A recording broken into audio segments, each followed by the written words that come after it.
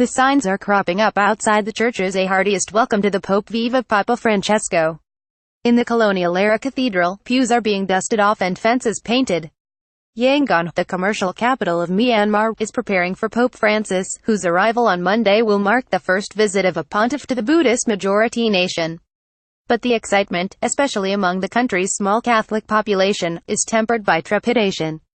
Myanmar stands accused of perpetrating ethnic cleansing against Rohingya Muslims in Rakhine State, allegations its rulers vehemently deny, and members of the Christian minority fear a strong statement from the Pope could trigger further unrest.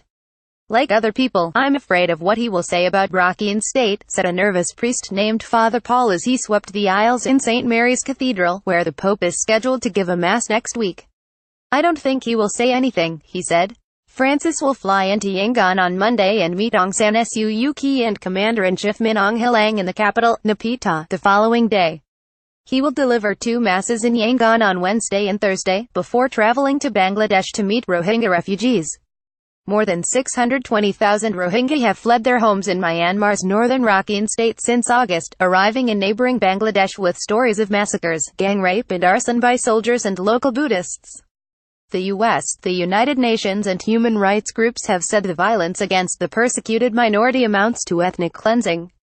Catholics from Kachin State on their 2-day train journey from Myanmar to Yangon to see Pope Francis.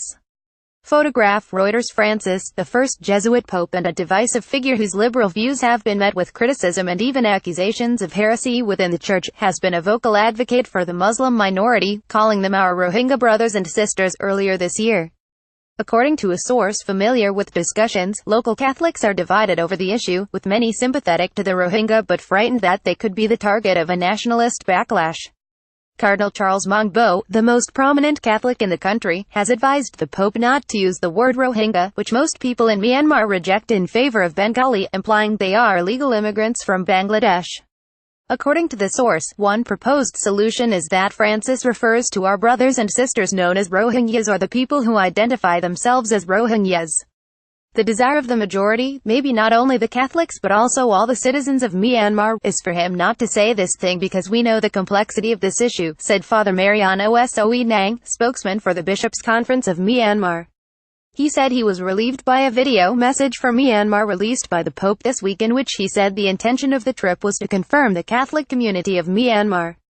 Francis also recently met Kofi Annan, the former UN Secretary-General who headed an advisory commission that issued recommendations for Rakhine State that have been largely accepted by authorities, he said. "We are sure that Kofi Annan must have explained in depth the crisis and he must have understood by now if he must say something or not," said Soe Nang. However, the Pope is famously independent and prone to unscripted moves. On a visit to Bethlehem in 2014, he stopped his white Pope mobile at the barrier between Palestine and Israel and kissed the separating wall, a gesture that angered Israelis.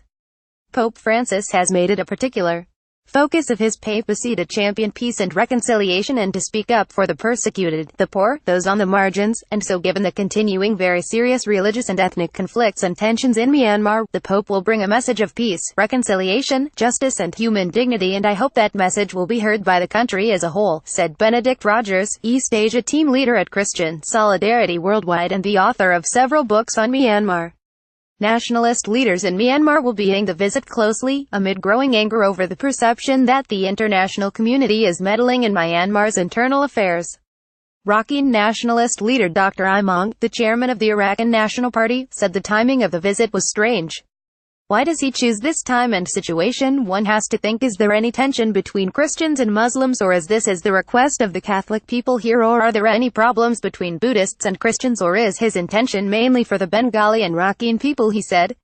He should avoid anything that will ignite feelings of hatred, he said, resorting to metaphor. Before the bird sits on the tree branch, the branch doesn't have any vibrations, but when the bird flies out the branch is left swaying. Myanmar is home to about 650,000 Catholics, of whom about 150,000 are expected to travel to Yangon for a chance to see the Pope. Trains have been hired to take those living in Kachin State, in the far north, on the 2-day journey to the commercial capital.